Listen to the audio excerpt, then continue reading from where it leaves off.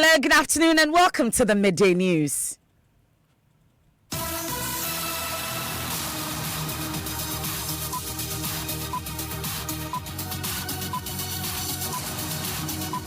This bulletin is coming to you live from the Joy 99.7 FM studios. Kukumlemle in Accra, a digital address GA0993341. Also live on Love 99.5 FM in Kumasi. Affiliates across the country, including Pad FM in Damongo, Jubilee FM in Keta, and Sunshine FM in Boko. It's on ABN Radio in London and around the world at myjoyonline.com. The news is brought to you by Telesol 4G, Just a Touch, UMB Bank, UMB Speed Up, DigiBank. Let's go. In this edition, is the leadership of Parliament divided over its new proposed ultra-modern 450-seater edifice? We'll hear the majority leader as the minority leader makes a no-show at news conference to address backlash. Let me say that it is not an executive decision. I want to underline that. The process is still unfolding.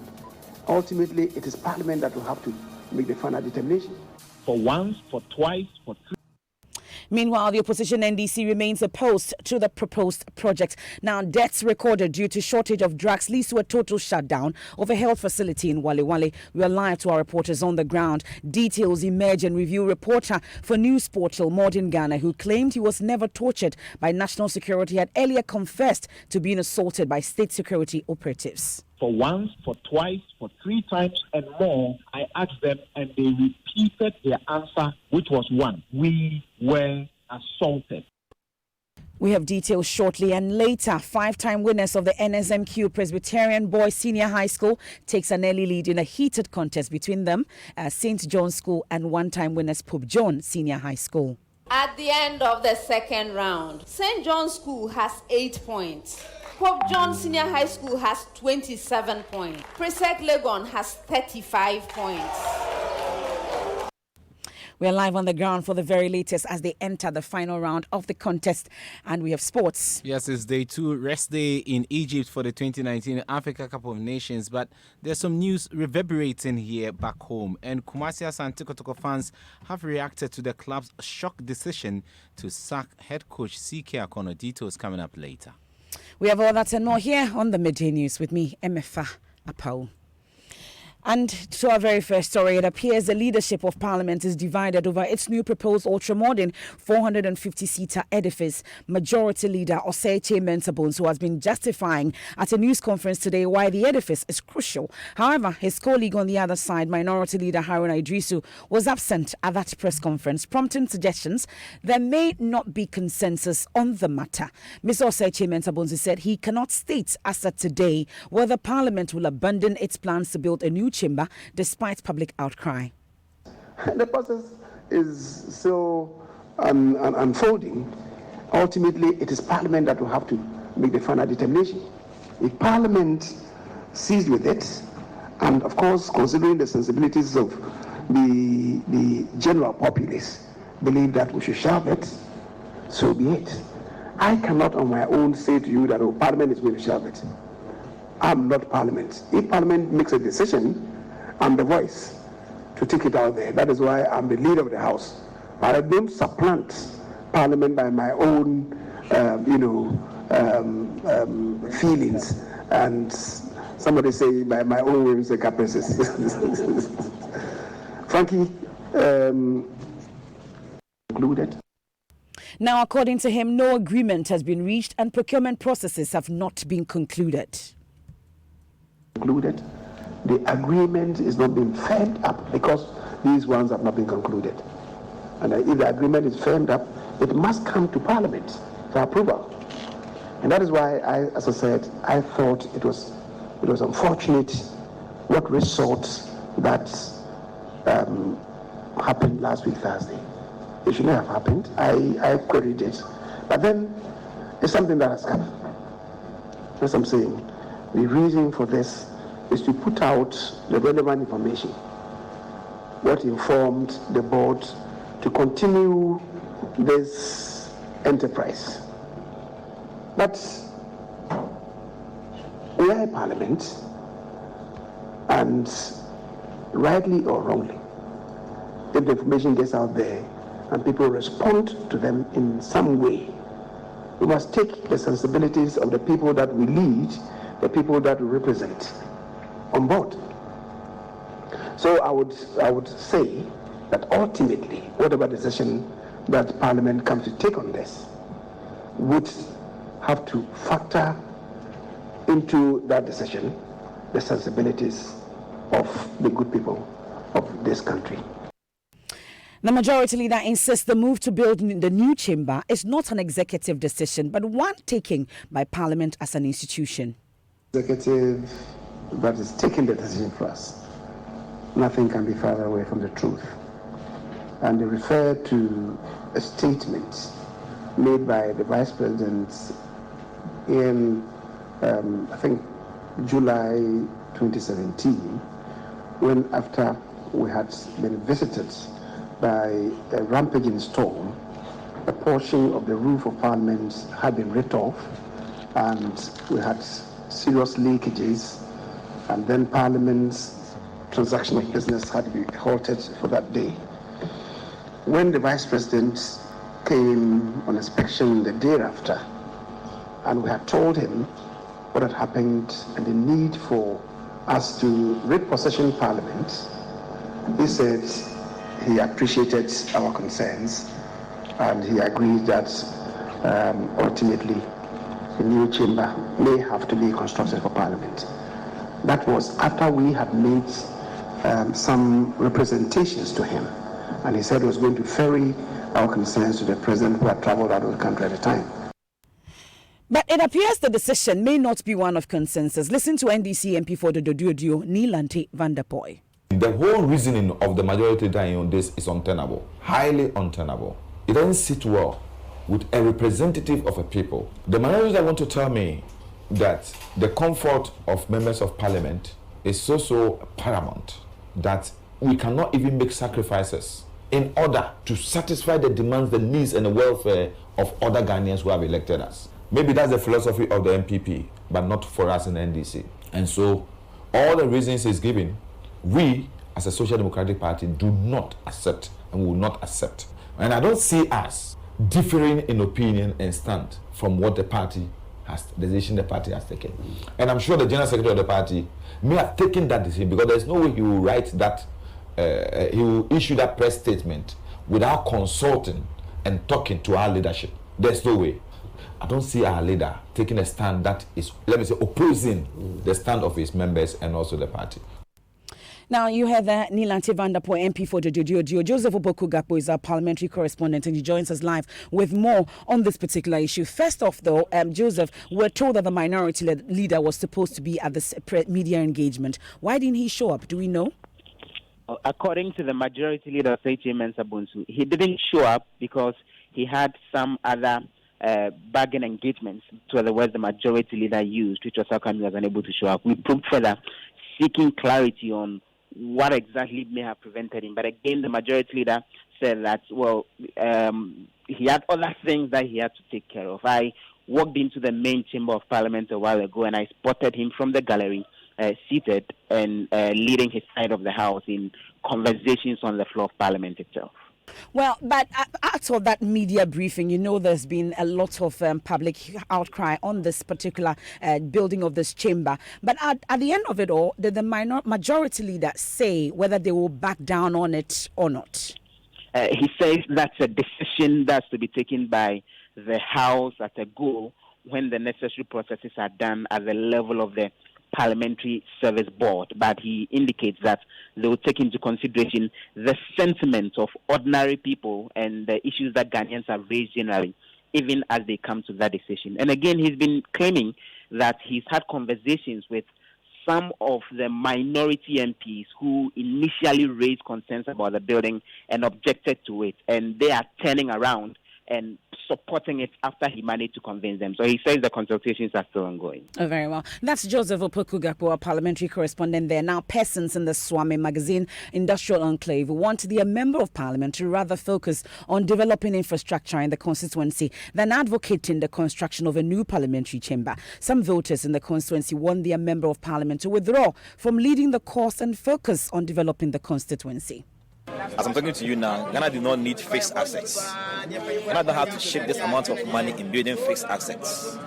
Ghana has to release the money into our systems. We, for example, here in Some Magazine, we need a factory. What factory am I talking about? We bring scraps, and we have to carry the scraps to Volta Aluminium Company for the scrap to be melted in order to get something out of it. We have your MP leading this charge. What do you think? Our MP is not on the route, as I'm talking to you right now. I've never seen chairmen servicing in Some Magazine before, unless elections.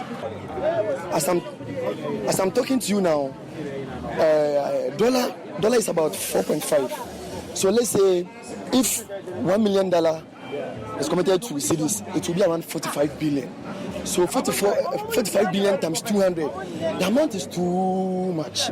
And what we need now in Ghana, and some particular, is that we need more infrastructures. Now, this issue has been condemned by civil society organizations, including the Center for Democratic Development, CDD Ghana. They've issued a statement to that effect, and my colleague Joseph Akable has a copy of that statement and joins us in studio. So beyond the condemnation, though, what does the statement say?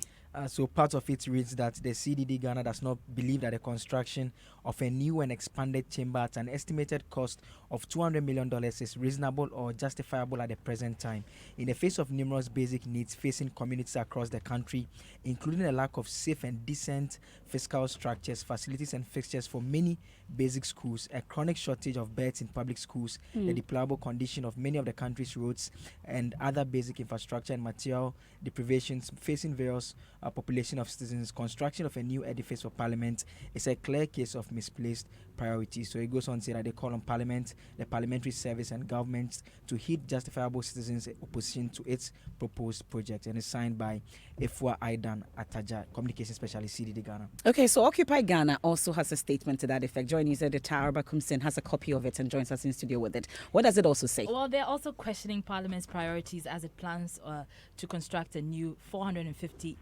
seat edifice, and they're saying that looking at the extent of work planned, one can easily surmise that it won't be cheap.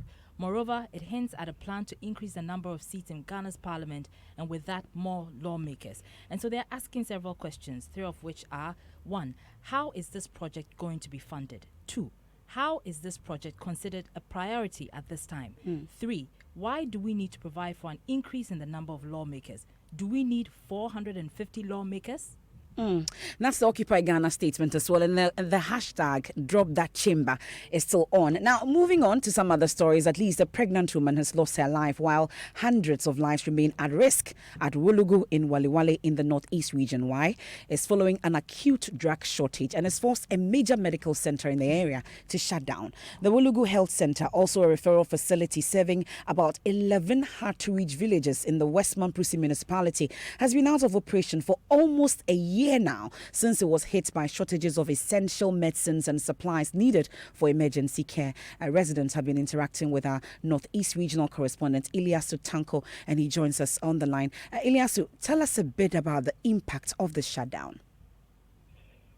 Well, as we speak, residents are not able to access healthcare in that area. We were in Wulugu actually, and we're told that 2 persons have already lost their life, and it's directly linked to the situation at the Wulugu facility. What is scary right now is that the deadly rainy season is resuming, or if you like, the deadly malaria season is resuming, and there's a whole lot of a widened fear in the area that many people will be affected by this particular situation. Now, you've been interacting or speaking to those in charge of these facilities. What have they been telling you? Well, we spoke to the physician assistant and he's, linking the problem to the lack of registration. He said that the facility has not been registered under the National Health Insurance Scheme. He has reported the situation to authorities, and they are yet to respond. Okay, well, it looks like we have the physician assistant himself joining us on the line. Mr. Christian, we're grateful for your time here on the Midday News. So how did we get to this point? Thank you so much. Thank you for having me. The facility, which was commissioned in 2016, before the elections, was operational but without the NHIS accreditation. Actually, it looks like the authorities commissioned it to get it to work while the other processes were to continue. But as at the time we were posted there to work, the accreditation had not come. We were attending to the NHIS clients all the same, but under some makeshift arrangements. But towards the end of last year, the NHIS wrote to us to abandon that procedure whilst they fast-tracked the process. So we had run short of medication simply because we were attending to the NHIS clients. And, reimbursement had not come because we were not officially accredited, and then we had to seek other means to get things done. So actually, at this point, Mr. Ajiman, what will this facility need to start operation once again? It only needs the official accreditation so medical stores can also stock us with some medication. So we'll deliver to the clients as well. So this is a preventable medical emergency? Highly preventable. Highly preventable. We're grateful for your time. That's Mr. Christian Ajiman, and that's what they need to get the facility back and running. We'll definitely be following that and bring you more on it in our subsequent bulletins. But the Gender Minister, Cynthia Morrison, has backtracked on her pledge to personally cater for a 6-year-old boy whose hand was cut by his stepmother, leading to an amputation. According to the family, the minister promised to send the boy to a school she owns at Aguna Swedro, where she will take care of him till he completes his secondary education. We'll hear from the minister shortly, but first, my colleague Richard Kujonyako recaps the issue. The screams are that of 5-year-old Kofi, whose left hand was cut by his stepmother months ago. His screams and predicament pricked the conscience of many. In the midst of all that, Gender Minister Cynthia Morrison intervened. I run a school. So for Kofi, he's Kofi and I am Ifwa. After he's been discharged, and we know that he's going to have education that is going to be sponsored by me, not by the ministry, by me. Any other monies that comes in, I would make sure that we have a fixed account for him. The assurances by the Gender Minister to take care of Kofi, whose left hand has been amputated now, gave many hope. A few months after the promise, Kofi is neither at the Cape Coast Teaching Hospital nor at Swedro, where the minister promised to take him to and to care for him until he completes his secondary education. The family of the little boy is not happy with the development. Grandmother of Kofi, Victoria Mensah, wants the child to be given back to them. The minister says she will take care of Kofi. Her words were clear enough that she would take him to Swedro and see him through school.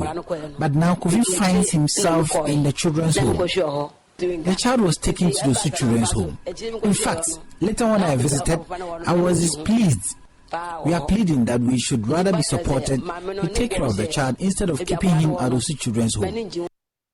But the Gender Minister Cynthia Morrison says her position bars her from adopting any child since she's the mother of all children in the country. She was speaking to Joy News at the sidelines of the Canada Independence Day celebrations in Accra last night. I met Kofi. I wanted to bring him home and then take him to school. That was the official thing I said. I didn't even mention home.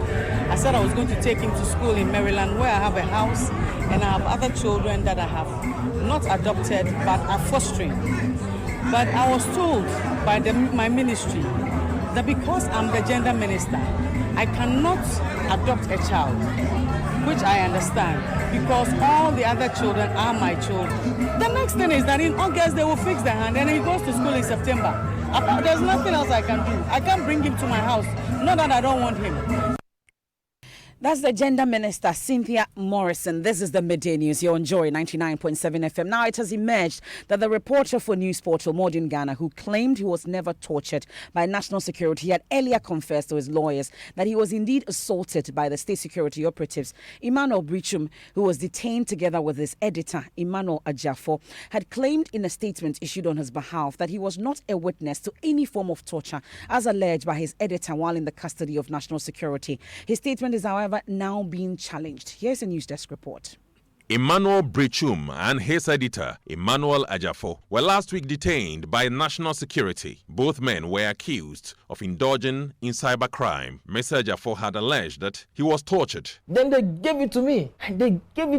You mean continue slapping? Yes, because this person will slap, then this person will also continue. Your hands were tied behind? Yes. So this person gives, this person follows. So pa and pa from here. A claim denied by the National Security Secretariat. But yesterday, Mr. Brichum issued a statement claiming he neither witnessed Mr. Jafo being tortured or brutalized, although Mr. Brichum had earlier been represented by lawyer Samson Ladi Ayenini until about 12 noon yesterday. His statement, issued 5 hours later, was done on his behalf by another lawyer, Deborah Asabre Amiyao. Madam Asabre Amiyao said her client was not held in the same room as Mr. Ajafo. He was in a different room whilst Mr. Ajafo was also in another room. So he couldn't have known what was happening to Mr. Ajafo in that room? Exactly so. However, lawyer Samson Ladi Ayenini, who first represented Mr. Brichum, had revealed that the reporter had earlier claimed he was assaulted while in the custody of national security. I took my time painstakingly, asked them one question after the other, and actually told them to their face that I will not be representing people who are not honest. And so, for once, for twice, for 3 times and more, I asked them, and they repeated their answer, which was one. We were assaulted. Speaking on the Super Morning Show today, Emmanuel Ajafo said his colleague Emmanuel Brichum confirmed he was assaulted after they were released. He added that they subsequently reported a case of assault. So when I came out, I decided that I was going to call to find out whether my brother has been released. Then he told me that he was released on Friday, and he indicated the fact that he was slapped several times and tasered once on his knee. On Sunday, we both met my boss in the evening for the first time after our release. And then my boss asked us questions with regards to what is happening in the media. I narrated my order, and he did. So from there, we went straight to report a case of assault. I reported a case of assault. Emmanuel Brichum reported a case of assault. So we both reported a case of assault at the Legon police station on Sunday, 30th. So we're given a medical form to go to Legon Hospital. The Accra Central District Police Command continues to probe the allegation of cybercrime, although both journalists are yet to be charged. That was a News Desk report. Now, Joy News editor Fred Smith joins me in studio with updates on this. Fred, what more do we know? Well, as we speak, there's still no indication that any of the individuals questioned in connection with this matter will be going to court yet. Mm-hmm. We have checked everywhere we can possibly check, and there's no news of anyone being charged. Mr. Abugri Ajafo, the Modern Ghana editor who insists he was tortured, Mr. Brichum, his reporter, who now says he has not been tortured, and Mr. Ya Obengmenu, who is said to have given the passwords to Peace FM's email account, have all not been charged or processed for court. And you recall that National Security issued a statement on Monday indicating that they did not torture any of these two who were held in their custody. And I quote to you paragraph 6 of that statement that says, "In the meantime, the suspect will be arraigned before court on Tuesday, 2nd of July 2019, and the charges preferred against him will be made known." This is exactly what the statement said. You know, I won't say arraigned before court. But it's been 4 days since then, and there's no court appearance or any charge. Let's join news editor Fred Smith in the midday news. We'll take a quick break. When we return, we have sports, and later 5-time winners of the NSMQ Presbyterian Boys Senior High School looks to get the 6th win this year as they take on Pope John School and of course St. John's School. We have details coming up. At the end of the second round, St. John's School has 8 points. Pope John Senior High School has 27 points. Presec Legon has 35 points.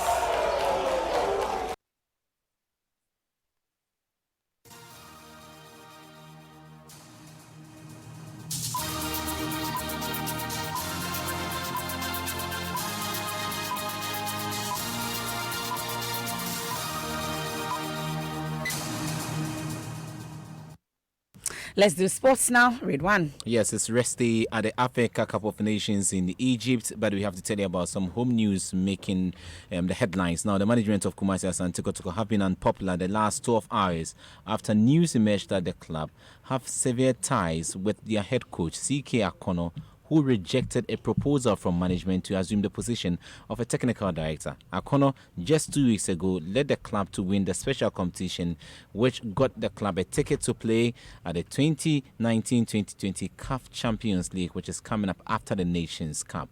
But some fans in Kumasi are exasperated. They spoke to Love FM's Kevin Owusu-Ansah. coaching. Kotoko, I'm a sacking coach in India. Seriously, me party, with no reason behind it. Yeah, sorry, that's why I'm a Saki coach. Coach, I know I call him a confederation. As I do a 2-4 cup be as I do a tier 1 competition there. Who's sacking anything? Kotoko, maybe you. So the decision to sack the coaches is a disgrace to this management. So can't we hold on to a coach for like 2-3 seasons? The PR sacks. I hope this management fails. Now, but I think that the management knows better than I do, and I would have to also agree with the management because I've read some things with respect to CK opponent behavior and so forth. But so let's leave it to management. Management knows better. You heard Asante Kotoko fans in Kumasi talking about the dismissal of coach CK Akono. Okay, that's Ridwan with the latest from the world of sports. How long does the pellet remain airborne? Yes, Selassie. 16 seconds. Yes. At the end of...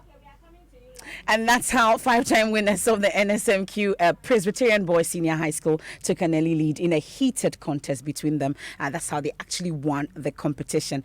We can hear Yes Quiz Mistress announcing the results of the third round. At the end of the second round, St. John's School has 8 points. Pope John Senior High School has 27 points. Presec Legon has 35 points. And the thunderous applause from the Presec boys filled the auditorium as they spoke to Maxwell Agbagba.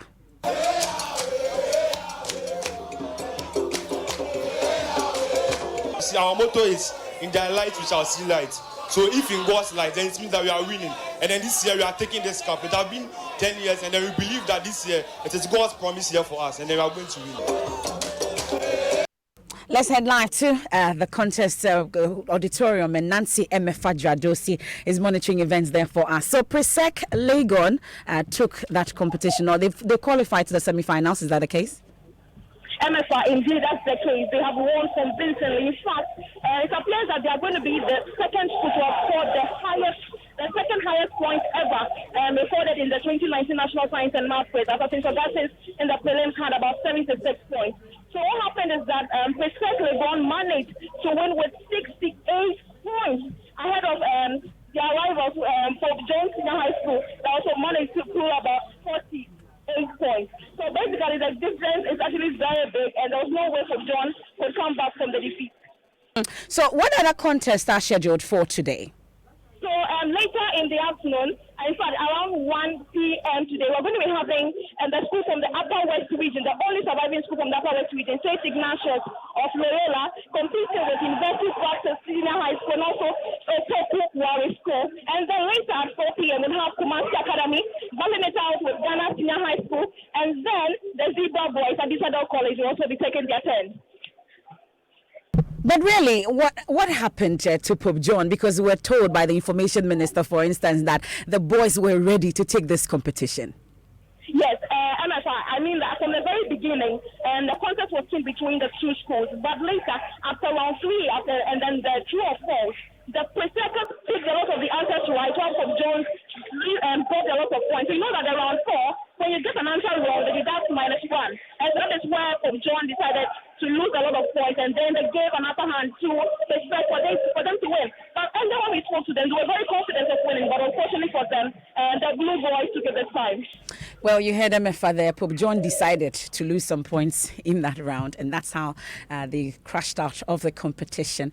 And we have social media, what you're talking about, and Maps has the very latest. Maps. 24 hours later, hashtag Drop the Chamber is still trending #1 on Twitter, and at Strike Nita says hashtag Drop the Chamber. He thinks that it's the most useless campaign he's ever seen the youth engaging themselves into, because even if they don't build that chamber, we will never know where the $200 million is. And at Kwame One says the youth is depressed because of unemployment. Even the employed is forced to settle for less because there's no other alternative. Hashtag Drop that chamber. K Labi says, where are we going as a country? Do we have a vision for this country? Do we desire well for Ghana? My heart bleeds for Ghana, honestly, Mr. President. And he tags at N Akufo-Addo, please create jobs and build proper schools. Hashtag Drop that chamber. And C_Ray says, growing up, I couldn't fathom Why someone will pick up a gun with the intent to overthrow a set of leaders. Everything is clear to me now. Hashtag drop the chamber. And on that hashtag drop that chamber note, we wrap up this afternoon's edition of the Midday News here on Joy 99.7 FM. There's more news, of course, when you log on to myjoyonline.com. I am MFA Apau. Thanks so much for your company.